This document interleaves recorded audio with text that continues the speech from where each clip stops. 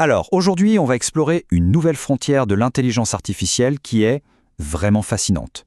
C'est une approche qui essaye de faire un truc un peu fou, fusionner deux mondes qui, historiquement, se sont toujours tournés le dos. On parle de l'IA neurosymbolique. L'idée, c'est de construire des machines qui ne font pas que reconnaître des motifs, mais qui, pour de vrai, raisonnent. On est en plein dedans là. Le débat fait rage, les grands modèles de langage, les fameux LLM, sont bien sûr incroyablement puissants. Mais on commence à voir les fissures. On entend parler partout d'hallucinations, de leur difficulté à planifier des tâches un peu complexes en plusieurs étapes. Bref, une sorte de fragilité logique. Et ça soulève une question essentielle. Est-ce que ça va suffire de juste faire des modèles toujours plus gros, ou est-ce qu'on est en train de toucher les limites d'une approche purement statistique ? Pour bien comprendre la solution qu'on va explorer, il faut d'abord comprendre le conflit de base. Depuis le tout début, l'IA, c'est un peu comme deux tribus qui s'affrontent. D'un côté, il y a l'IA symbolique, le monde de la logique pure, des règles bien claires, des connaissances superstructurées, et de l'autre, l'IA neuronale, le domaine du deep learning, qui apprend des motifs, des statistiques à partir de montagnes de données. Deux philosophies, deux approches qui ont longtemps paru totalement irréconciliables. Allez, on commence par la première tribu, la thèse, la vision originelle de l'IA. C'est cette idée que l'intelligence, au fond, on peut la formaliser, la capturer dans des règles et des symboles. L'IA symbolique, elle est fondamentalement déclarative. Ça veut dire que plutôt que de coder chaque petite étape d'un processus, on va plutôt décrire le monde, on va définir les règles qui le gouvernent et on laisse un moteur de raisonnement déduire les solutions. On programme la connaissance et la logique fait le reste. C'est une approche qui a une vraie élégance intellectuelle. Et attention, ce n'est pas juste une idée en l'air, ça a une histoire super riche et qui est même ancrée en France. Au tout début des années 70, un chercheur visionnaire, Alain Kolmer-Heuer, et son équipe à Marseille ont donné vie à cette philosophie en créant Prolog. C'était une vraie révolution, un langage où la logique était le moteur du calcul. Son influence a été tellement grande qu'il a été choisi pour le projet japonais hyper ambitieux des ordinateurs de 5e génération. Mais la grande force de cette approche, c'est aussi sa plus grande faiblesse. Le raisonnement symbolique est d'une précision chirurgicale. C'est transparent, on peut toujours expliquer ses décisions. Par contre, c'est rigide.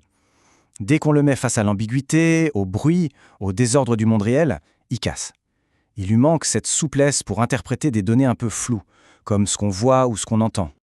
Et c'est justement là qu'arrive l'antithèse, l'autre tribu, une vague si puissante qu'elle a complètement redéfini le paysage de l'IA ces 10 dernières années, le deep learning. L'IA neuronale, elle, prend le contre-pied total de l'approche symbolique. Ici, fini les règles codées à la main, l'intelligence, c'est une propriété qui émerge. Comment ?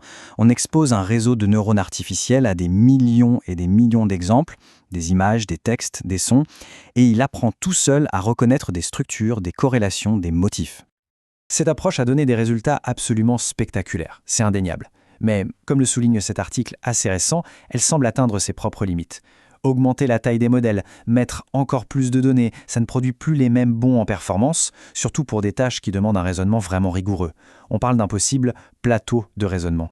C'est ça le paradoxe neuronal. D'un côté, on a des capacités de perception qui dépassent l'humain et une tolérance incroyable au désordre des données du monde réel, mais de l'autre, on a un processus de décision qui est une boîte noire totale, opaque. On a une tendance à inventer des faits, ce qu'on appelle les hallucinations, et une vraie difficulté à suivre des étapes logiques complexes ou à planifier de manière fiable. Alors, que fait-on ?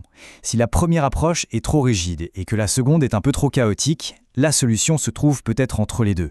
Dans la synthèse, c'est l'idée de construire un pont entre ces deux mondes. Et c'est là qu'entre en scène l'IA neurosymbolique, ou NESI pour les intimes. L'objectif, il est simple à dire, mais hyper ambitieux. Créer des systèmes qui ont à la fois la perception intuitive du neuronal et la rigueur logique du symbolique. En gros, intégrer l'apprentissage et le raisonnement dans une seule et même architecture. Pour s'en souvenir, il y a une métaphore assez simple, c'est celle du cerveau humain. Le côté neuronal, ce serait un peu comme notre cerveau droit, excellent pour la reconnaissance des visages, l'intuition, la créativité. Le côté symbolique, ce serait notre cerveau gauche, celui qui gère le langage, la logique, la planification étape par étape. Un système vraiment intelligent a besoin des deux pour fonctionner. Bon, d'accord, le concept est séduisant, mais concrètement, comment on fait ? Comment est-ce que cette fusion se matérialise ? En fait, il y a plusieurs stratégies pour construire ces architectures hybrides. On va voir ça. On peut résumer ça en 3 grandes approches.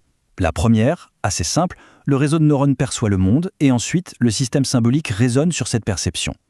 La deuxième, un peu plus intégrée, on utilise la logique pour guider l'apprentissage du réseau, un peu comme un garde-fou qui l'empêche de dérailler. Et la troisième approche, qui inverse la relation, c'est le réseau neuronal qui devient une brique, une sorte d'intuition, à l'intérieur d'un grand programme logique. Tout ça, ça peut sembler un peu théorique, mais accrochez-vous bien parce que les résultats pratiques commencent à être vraiment, vraiment impressionnants. On va voir comment cette approche change la donne avec un exemple de pointe. Voici CoreThink. C'est un système assez récent qui fonctionne comme une couche de raisonnement qu'on ajoute par-dessus les LLM. Et son but, c'est précisément de s'attaquer aux faiblesses des modèles neuronaux purs quand il s'agit de raisonnements complexes. Et là, les chiffres parlent d'eux-mêmes.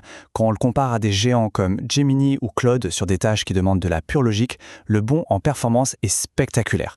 Pour générer du code, on passe d'environ 40-50% de réussite à plus de 66%. Mais regardez la ligne planification.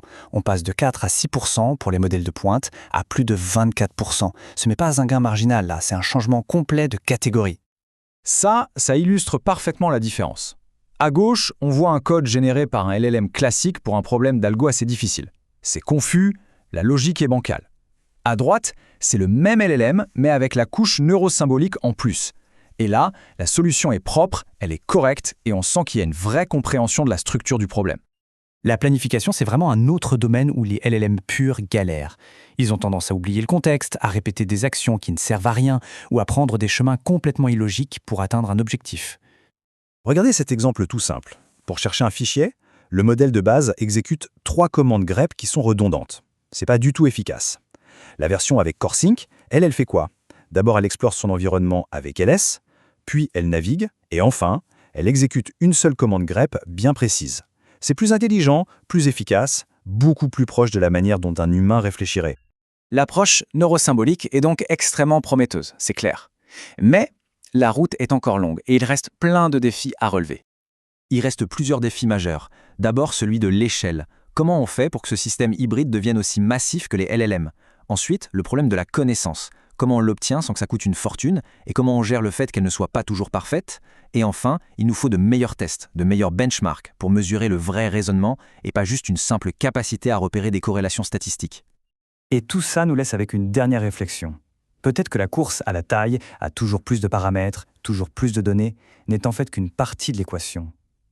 Peut-être que la vraie prochaine étape pour l'intelligence artificielle, ce n'est pas de devenir plus grosse, mais fondamentalement plus intelligente, en réconciliant enfin ces deux âmes, la perception et la raison.